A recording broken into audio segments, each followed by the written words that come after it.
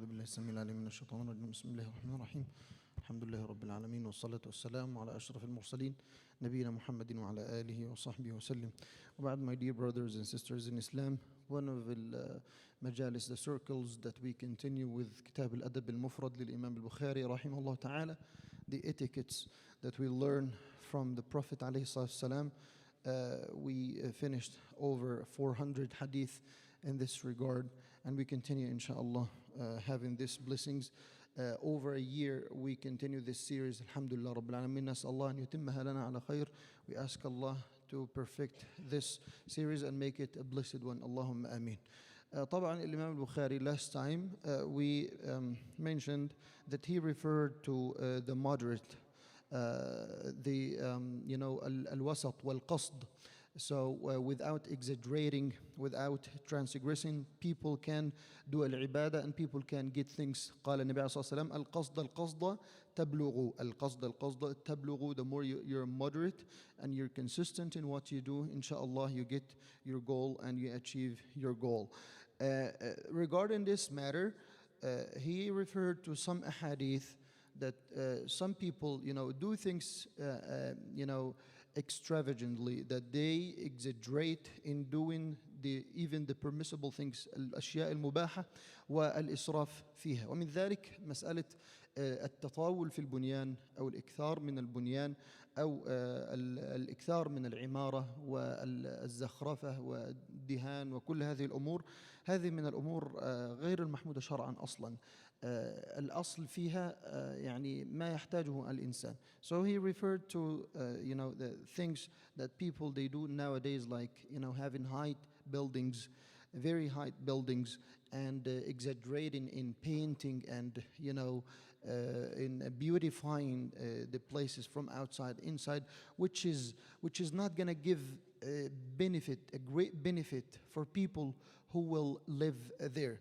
وخباب بن الأرت رحمه الله مر عليه جماعة من الناس وهو يبني بنيانا له. So some people, they passed by Khabbab while he was building something for him, fixing something, repairing something, building a new thing for him. وقال كل شيء يفعله الإنسان يؤجر عليه إلا ما يضعه في التراب. So everything the person makes an effort to do it, of the good deeds, he will get a reward for it, except for the thing that you put it in the dust. He refers to the building that he was doing. He was saying that I just do a shelter for me, for my family, but I don't believe that there will be a reward for something like this. He's saying and he's reflecting that this is like a dust. I don't see that there is a great benefit in this. But we will see that you can get a benefit from this. This is his opinion, and this is what's so called al-wara' wal-zuhd.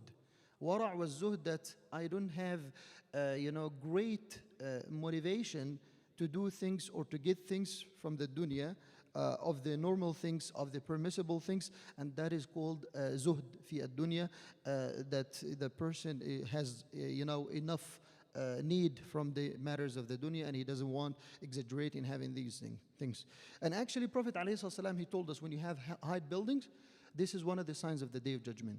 قال لا تقوم الساعة حتى يتطاول الناس في البنيان. حتى يتطاول الناس في البنيان. One of the signs of the Day of Judgment, that means that Day of Judgment is coming soon, is when you see high buildings, the towers, the skyscrapers. And also you find that in Hadith Jibreel alayhi salam, when he asked the Prophet alayhi salatu wassalam about the signs of the Day of Judgment, قال أن تلد الأمة ربتها وأن ترى الحفاة العراة العالة رعاء الشاء يتطاولون في البنيان. When you see the master gives a birth by having a marriage with a female servant, giving a birth for a female master or mistress from his female servant. So she's gonna be the mistress, or he's gonna be the master after that, and she was born from a female servant. And the other thing is the high buildings, which is very tall, like the towers or the skyscrapers.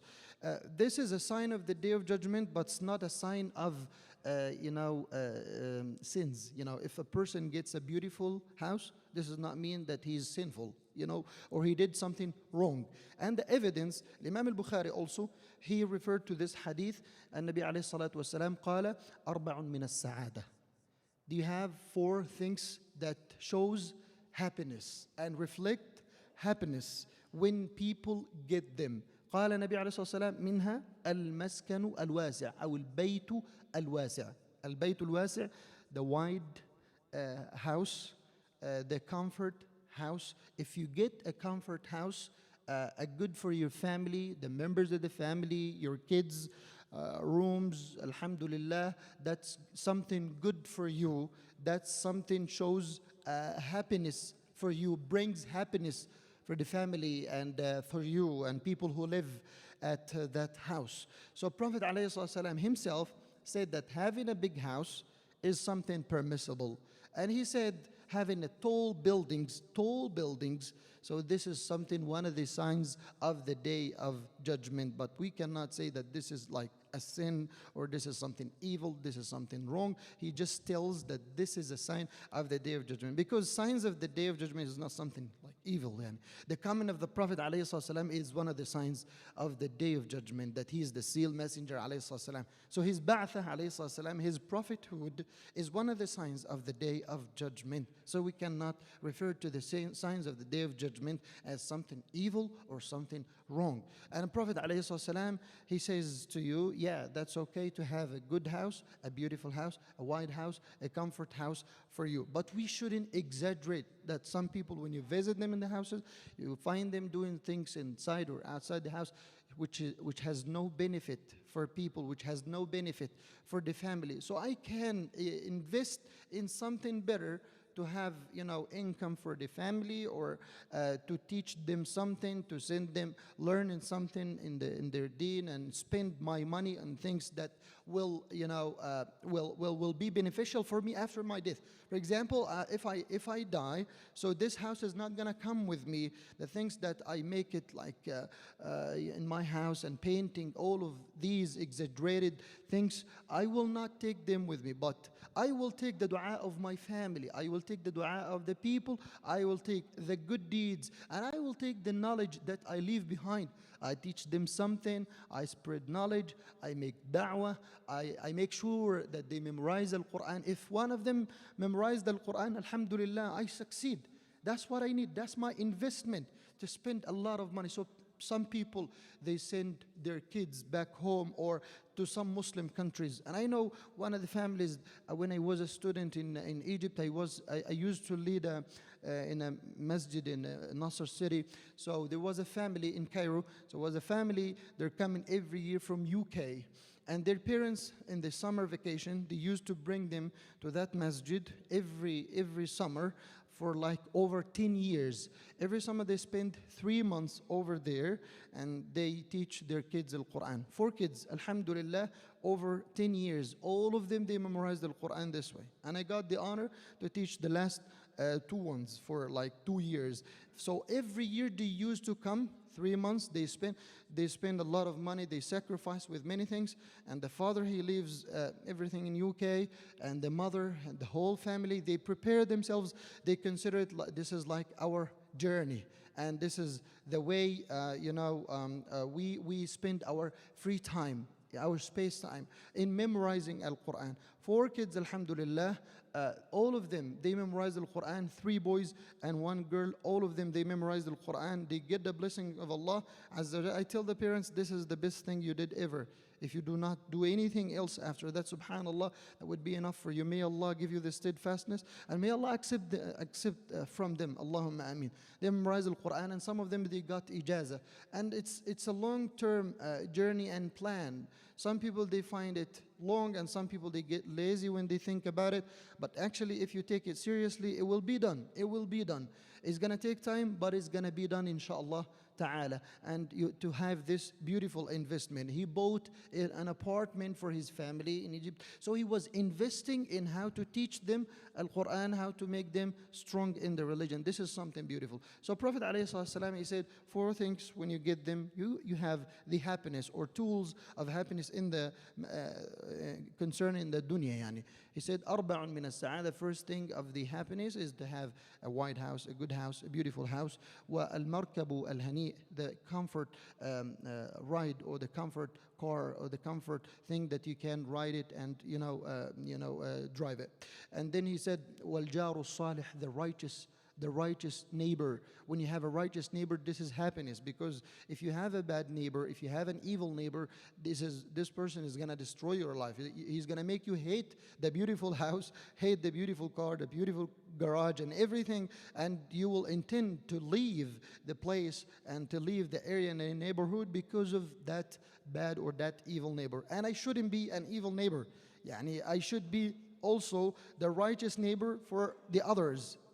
So I expect from others to be righteous for me when they deal with me, and I have to be a righteous person and a righteous neighbor when I deal with people as well. So يبقى البيت الواسع والمركب الهنيء والجار الصالح. And the last one, Prophet ﷺ said, والمرأة الصالحة, the righteous wife. If you have righteous wife, alhamdulillah, you have happiness. You have happiness. Righteous wife, she fears Allah tabaraka ta'ala in you, and she reminds you with the acts of worship.